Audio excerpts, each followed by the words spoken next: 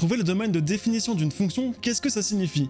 Et ben ça revient en fait à trouver toutes les valeurs de x qui ont une image par la fonction f, d'accord? Par exemple, si tu prends la fonction 1 sur x, tu sais déjà très bien depuis très longtemps que tu peux jamais diviser par 0. Et ben là c'est pareil, la fonction inverse, si tu veux les définir sur R entier, sauf en 0, parce que 1 sur 0 ça n'existe pas, c'est pas défini, d'accord? Alors voilà les 7 formes que tu vas rencontrer au lycée, on va à l'essentiel directement, on va voir les cas particuliers, les 7 cas qui pour moi sont essentiels pour ton lycée. C'est parti, c'est maintenant. On commence déjà avec toutes les fonctions qui sont dites polynomiales. Alors ça ressemble à ça par exemple, tu vois, je te mets des exemples ici. Alors petit 1, les fonctions polynomiales. Alors voici des exemples. La première, f de x qui est égale à 5x plus 2. Ça c'est une fonction qui est polynomiale. Une deuxième tu veux? Ok, une de second degré par exemple. Donc 3x au carré, c'est une fonction polynomiale. Et encore une autre par exemple avec un degré 3, hop là je l'écris, 9x cube plus 3x au carré plus 2x plus 1. Les trois fonctions là, c'est trois fonctions qui sont polynomiales. Et ça, le domaine de définition de chacune des fonctions là, c'est quoi? C'est R entier, ok? Donc on écrit comme ça, le domaine de définition de f, R entier, d'accord? L'ensemble des réels. Toutes les fonctions polynomiales, d'accord, admettent comme domaine de définition R entier. Là j'ai mis jusqu'au degré 3, tu vois, parce que là il y a l'exposant 3, mais ça marche avec n'importe laquelle. Et de manière générale au lycée, toutes les fonctions là, c'est les fonctions de la forme là, donc je te l'écris aussi ici. C'est les formes ax cube plus bx carré plus cx plus d. D'accord? Avec a, b, c et d, des réels. Ça, c'est le cas général si jamais on parle d'un degré 3, d'accord? Voilà, ça c'est le plus simple, c'est la base. On est parti pour le deuxième cas, ok? Donc là, c'est le cas où on va travailler avec des divisions. Donc on va faire attention en 0, c'est parti. Là, tu vois, j'ai juste posé ici deux fonctions a et b qui sont polynomiales. Ça veut simplement dire que pour tout le reste, on va travailler avec des fonctions qu'on a vues juste avant. Comme ça, on va pas se perdre et c'est principalement celles qu'on voit au lycée, donc on est parti. Alors là, maintenant, on va travailler les cas où la fonction de la forme là, f de x qui est égale à ax sur bx, d'accord? Donc c'est les formes où on a une fonction polynomiale divisée par une autre fonction polynomiale. La question qu'on se pose c'est quel est le domaine de définition de f à ce moment-là, ok? Et ben là, dans ces cas-là, on va juste faire attention en fait à ce qui se passe en dessous. Parce qu'en fait en bas, le seul danger, c'est qu'à un moment donné, on vienne à diviser par 0. Je te rappelle que la fonction inverse n'est pas définie en 0. Le seul risque du coup, c'est que bx s'annule. Donc comment on peut faire? Et bien la seule condition, c'est vérifier que b de x est différent de 0. L'ensemble des définitions de f, en fait, ça va être R, d'accord, privé des points dans lesquels b de x est égal à 0. On va juste supprimer les cas où c'est nul, comme ça, on va jamais diviser par 0. C'est le principe. C'est parti? Un exemple? Regarde, je te pose la fonction là. f de x est égal à 2 sur 3x plus 1. Dans les cas là, tu dois juste vérifier si en bas ça s'annule, donc tu vas juste résoudre 3x plus 1 est égal à 0. Ça tu sais faire depuis le collège, hein. Tu isoles le x, donc tu obtiens directement 3x qui est égal à moins 1 et x qui est égal à moins 1 tiers, ok? Ça veut simplement dire que là, si jamais x il vaut moins 1 tiers, ça vaut 0, et donc du coup on va diviser par 0, c'est pas possible. Ce qui veut simplement dire que, eh ben regarde, ça c'est tous mes réels, ok? De moins l'infini jusqu'à le plus l'infini, et ben moins 1 tiers, on va le mettre ici, et donc toutes les valeurs possibles de x ici, ça va être de là jusqu'à ici, on va priver moins 1 tiers, et on prend le reste. Sous-entendu, le domaine de f ici, c'est quoi? Eh ben on peut dire que c'est R privé de la valeur moins 1 tiers. Ça va? Ça c'est un cas concret qui marche très bien et un cas simple parce qu'en dessous tu vois qu'on a juste un polynôme de degré 1. Que se passe-t-il si jamais on a un degré 2? Bah voici un autre exemple. 2x plus 1 divisé par un autre polynôme, par exemple 3x carré plus x moins 4. Qu'est-ce qu'on fait? Bah regarde, c'est écrit ici, on vérifie à quel moment c'est égal à 0. Donc on résout, 3x au carré plus x moins 4 est égal à 0. Comment on fait ça? Discriminant, tu sais faire, c'est avec le delta. Donc là le delta, on peut le faire, c'est la formule, je te rappelle, b carré moins 4ac, ok? Quoi? Bah on n'a plus qu'à remplacer. Le b il vaut 1 au carré, moins 4 fois le a il vaut 3, fois le moins 4, on prend bien le moins, et ça fait 49, ok? Ce qui est bien positif. Si delta est positif, qu'est-ce qui se passe? Eh ben, c'est-à-dire qu'on a deux solutions réelles. Delta positif, donc f admet deux solutions réelles, à savoir x1, qui est égal à, je te rappelle, entre guillemets, hein, à moins b plus racine de delta sur 2a. Et on a aussi x2, c'est égal à moins b, moins racine de delta sur 2a, ok? On a de la chance ici parce que delta il vaut 49, ça veut dire que racine de delta, c'est un carré parfait, c'est 7, ça marche? Donc là, on a moins b, ça fait moins 1 plus 7 sur 2 fois 3, ça fait 6. Ça fait donc 1. Et ici, on a quoi? Et bien on a simplement moins 1, moins 8 sur 6. Ça fait donc moins 4 tiers. Ok? C'est bon, on a trouvé l'ensemble des points sur lesquels ça va s'annuler. Ça va s'annuler quand? Ça va s'annuler quand x il vaut 1 et quand x il vaut 4 tiers. C'est parti, je te refais le dessin. Moins l'infini plus l'infini. Là, on va mettre notre moins 4 tiers. Là, on va mettre notre petit 1, ok? Donc d'après le petit 2, le domaine de f, c'est quand bx est différent de 0. Donc à quel moment c'est différent de 0? Et ben tout là, là on prive encore le 1 et tout là. Ça marche? Donc, domaine de f, c'est quoi? Bah c'est R tout entier, comme tout à l'heure. Privé de qui? Bah privé de moins 4 tiers et privé aussi de 1. Ça marche? Et là, pour n'importe quelle valeur définie là-dedans, f sera défini. Ok? Voilà, deux exemples concrets avec du x et du x carré, mais ça marche avec n'importe quelle fonction polynomiale, ça c'est le plus important. Là j'étais un petit peu long, mais tu vas voir que ça va être plus simple pour le reste. On est parti pour la propriété numéro 3. Maintenant on va bosser sur les racines de fonctions polynomiales, d'accord? Donc si jamais f de x c'est la fonction racine de ax, ok? Quel est le domaine de définition de la fonction f? Eh ben, en quel point racine de x est non définie? Je te rappelle qu'elle est définie sur R+, d'accord? Ça veut dire aussi qu'il faut absolument que ce qu'il y a là-dedans soit défini sur R+. Donc, le domaine de définition de f à ce moment-là, c'est lorsque l'intérieur de la racine, donc a de x, est supérieur ou égal à 0. Ça va? Faut juste réfléchir comme ça. Hein. Alors c'est parti, un exemple. f de x qui est égal à racine de 3x plus 1. En plus, ça tombe bien, on l'a déjà fait tout à l'heure. On a déjà résolu 3x plus 1 est égal à 0. Je te rappelle que ça faisait moins 1 tiers. Donc là, comment on fait pour trouver le domaine de définition de f? Eh ben, je te rappelle que faut qu'on vérifie que ce qu'il y a à l'intérieur, le a de x là, il soit positif. Donc on va simplement résoudre 3x plus 1 supérieur ou égal à 0. Tout à l'heure on l'avait fait, les signes n'ont pas changé, ça va simplement dire que x supérieur à moins 1 tiers. Ok? Donc si jamais je reprends mon dessin, tac, tac, tac, moins l'infini, plus l'infini, le moins 1 tiers il va être ici, et là je dois juste interpréter mon message. 3x plus 1 est supérieur à 0 dès lors que x est supérieur ou égal à moins 1 tiers. X supérieur ou égal à moins 1 tiers. Voilà. Le point signifie que je prends la valeur moins 1 tiers et tout le reste. Ok? Ce qui signifie donc que le domaine de définition de f ici, c'est quoi? Eh ben c'est R supérieur ou égal à moins 1 tiers. Ok? Ça, c'est sous-entendu l'ensemble des réels qui sont supérieurs ou égal à moins 1 tiers. Ça marche? Petite notation, un peu la classe. Il faut un petit peu quand même. Allez, c'est parti. J'en fais un autre avec un degré 2, d'accord? Donc c'est par exemple 3x carré plus x moins 4. Pareil, on a déjà fait tout à l'heure en plus. Donc ça tombe bien parce que du coup, on connaît le discriminant. On sait que bah là, qu'est-ce qu'on doit faire? On doit résoudre ça supérieur ou égal à 0. Ok? Donc on résout 3x au carré plus x moins 4 supérieur ou égal à 0. On sait, d'après ce qu'on a vu avant, que eh ben, delta il était positif, c'est égal à 49 et qu'on avait la solution x1 qui était égal à moins 1 tiers. Et x2 qui est égal à quoi? Qui est égal à 1. D'accord. Ça, je te rappelle que ça, c'est une parabole. Donc ça ressemble à un truc du style comme ça ou comme ça. D'accord? Qui s'annule à quel moment? Eh bien, qui s'annule d'après ce qu'on a écrit ici en moins 1 tiers et en 1. Ok? La question qu'on se pose, c'est est-ce que c'est de la forme comme ça ou de la forme comme ça? Comment on fait pour savoir ça? On regarde le coefficient devant le x carré. S'il est positif, ça veut dire que les branches sont vers le haut. S'il est négatif, les branches vers le bas. Là, en l'occurrence, on a quoi? Eh ben, on a 3. 3 est positif, ça veut dire qu'on a bien ce cas-là. Ok? Donc c'est parti, j'efface pour te le refaire proprement. Voilà, donc là, c'est moins 1 tiers. Là, c'est 1. Nous, on veut savoir à quel moment ça, c'est positif. Eh ben, regarde. Tout ça ici, là. Tac, tac, tac, tac, tac, tac, tac, tac, tac. Ça, c'est positif. Normal. Là aussi, ça reprend, c'est positif. Ok. Et où est-ce que c'est négatif? Eh ben, c'est là. Ça, c'est négatif. Ça, c'est le moins. Donc, à quel moment c'est positif? Tu refais ton dessin. Clac. Clac, là c'est moins l'infini, là c'est plus l'infini, ok? Ici on se met en moins 1 tiers, ici on se met en 1, ok? Et là qu'est-ce qu'on regarde? À quel moment c'est positif? Et bien de moins l'infini jusque moins 1 tiers inclus, parce que 0 ça reste positif, hein. Ok, donc paf, jusque ici.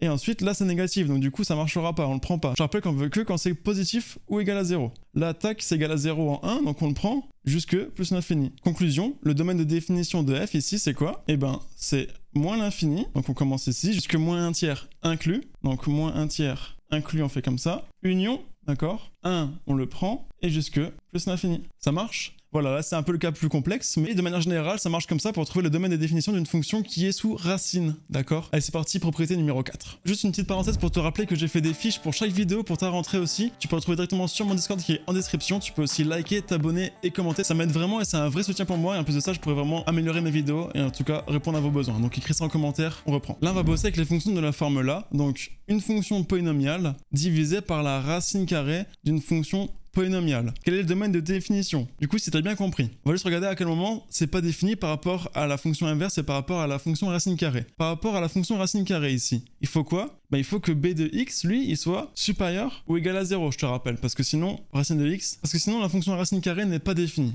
Ok. Ensuite de ça, regarde, il faut aussi que racine de b de x, lui, bah, soit non nul. Hein? À quel moment c'est non nul? Quand b de x est non nul, parce qu'on peut pas diviser par 0. Donc là, on va restreindre davantage et on va espérer que b de x soit juste strictement supérieur à 0, ok?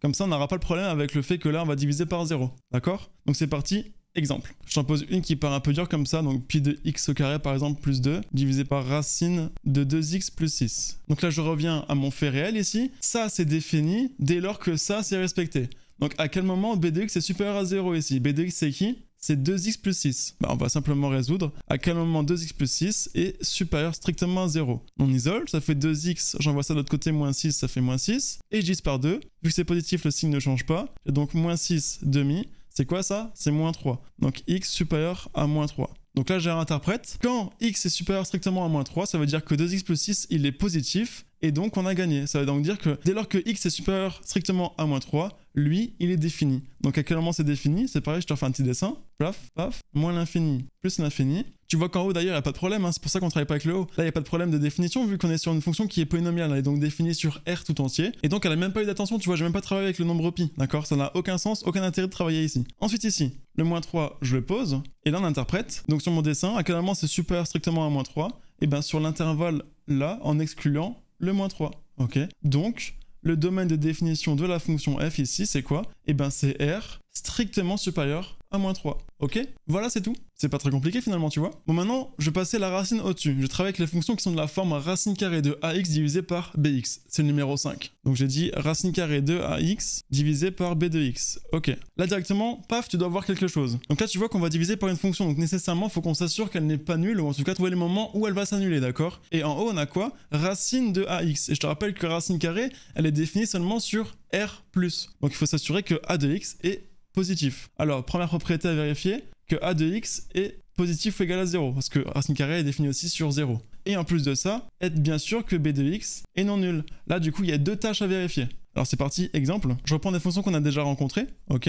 Alors hop, racine de 2x plus 6 divisé par 3x plus 1. Première étape, le premier point rouge. Ok. Donc là, tu vois, il faut qu'on vérifie que a de x est positif, d'accord? Ça veut dire quoi ici? A de x, c'est qui ici? C'est 2x plus 6. Donc on résout simplement 2x plus 6 supérieur ou égal à 0. On l'a déjà fait plein de fois. Ça, c'est positif dès lors que x, il est supérieur ou égal à moins 3. Donc, c'est bon, on a déjà répondu à la première question. Et la deuxième, c'est quoi? Bah, à quel moment b de x s'annule? Donc, à quel moment 3x plus 1 est égal à 0? Et ben, on l'a déjà fait tout à l'heure aussi. Ça, c'est égal à 0 dès lors que 3x est égal à moins 1. Et donc, quand x est égal à moins 1 tiers. Donc là, pareil, je refais mon dessin. Hop, il est là. Moins l'infini plus l'infini. Je mets mon petit moins 3 là. Mon petit moins 1 tiers. Et là, on va travailler avec nos conditions. Nous, on veut que ce soit positif. Donc, ça veut dire que c'est sur l'intervalle, en tout cas, x supérieur ou égal à moins 3. Donc, je vais juste faire le dessin dessus pour ensuite combiner. Donc, je vais juste faire une ligne comme ça, une ligne comme ça. Donc, à quel moment, nous, on a le fait là? Donc, on a le fait là, nous. Hop, je mets ça ici. Sur l'intervalle, moins 3, on le prend jusque la fin. Pour lui,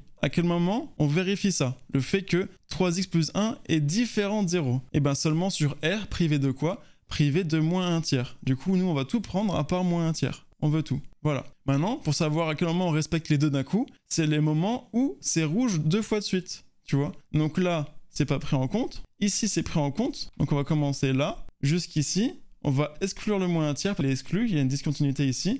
Et on va reprendre derrière. Ok? Je sais pas si c'est clair tout ça. En tout cas, dès que tu as deux fois la bonne condition, c'est que tu vérifies les deux conditions et donc que c'est bien défini. Donc finalement ici, le domaine de définition de f, eh ben c'est R supérieur à moins 3 inclus, ok, privé uniquement de la valeur moins 1 tiers. Tu vois? J'ai juste repris en dessous là où j'ai le plus de points, donc tout l'axe là, et j'ai privé le moins 1 tiers. Comme ça, je réduis directement mon domaine de définition à un truc beaucoup plus simple. Ça, normalement, c'est censé être acquis, ça doit marcher simplement. Tu vérifies bien les conditions là, tu comprends bien comment ça marche ça, et après tu verras, ça va rouler tout seul. Allez, le sixième, l'avant-dernier, et là on va travailler, comme tu t'en doutes, avec racine carrée de a de x, divisé par quoi? Et ben racine carrée de b de x. Ok? Donc là, si jamais t'as l'intuition, c'est bien, sinon je te l'explique. Qu'est-ce qu'on doit vérifier déjà en bas? Que ça s'annule pas. Donc il faut vérifier déjà forcément que b de x est non nul. Et s'assurer que b de x est aussi supérieur ou égal à 0 parce que racine carrée est définie sur R+. Donc à la fois, il faut qu'on vérifie que b de x est supérieur ou égal à 0 et en plus de ça, qu'elle est non nulle. Donc ça veut simplement dire qu'on doit vérifier que b de x est strictement supérieur à 0. Ok. Et en haut, a de x, on s'en fout s'il est nul ou pas, mais par contre il est sous la racine. Donc ça veut aussi dire que a de x il doit être supérieur ou égal à 0. Ça, c'est des conditions pour vérifier le domaine de définition de ce genre de fonction-là. Ok?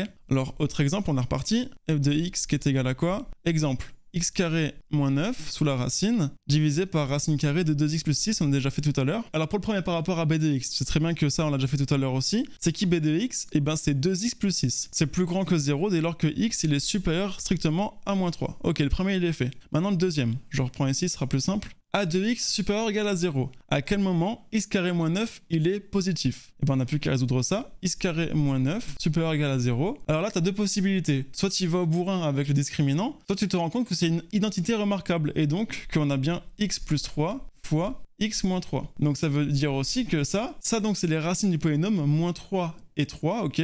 Donc si jamais je dessine, ça ressemble à ça. Hop, les branches vers le haut, vers le bas. Là on sous-entend 1x au carré. 1 c'est bien supérieur à 0. Donc on a bien un truc de ce style-là, ok.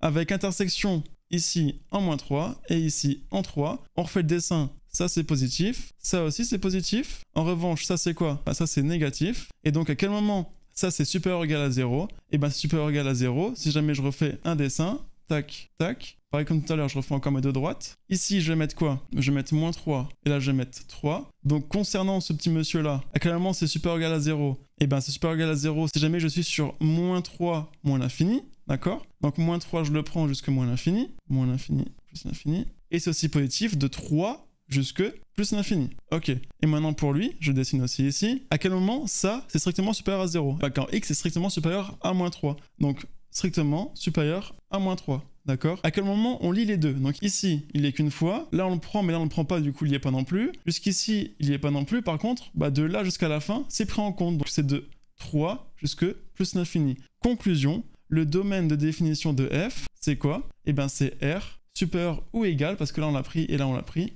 à 3. Ok? C'est tout. Donc là, comme dit, c'est vraiment la pratique et le fait de bien considérer ça. Soit tu l'apprends, je te le déconseille. Je te conseille vraiment de retrouver ça, simplement en sachant que 1 sur x est défini sur R étoile, et que racine carrée de x est définie sur quoi? Sur R+. Ok? Allez, le septième, le dernier. Là, c'est un peu le boss final, tu vois, c'est la racine carrée totale, finalement, de a de x divisé par b de x. Ok?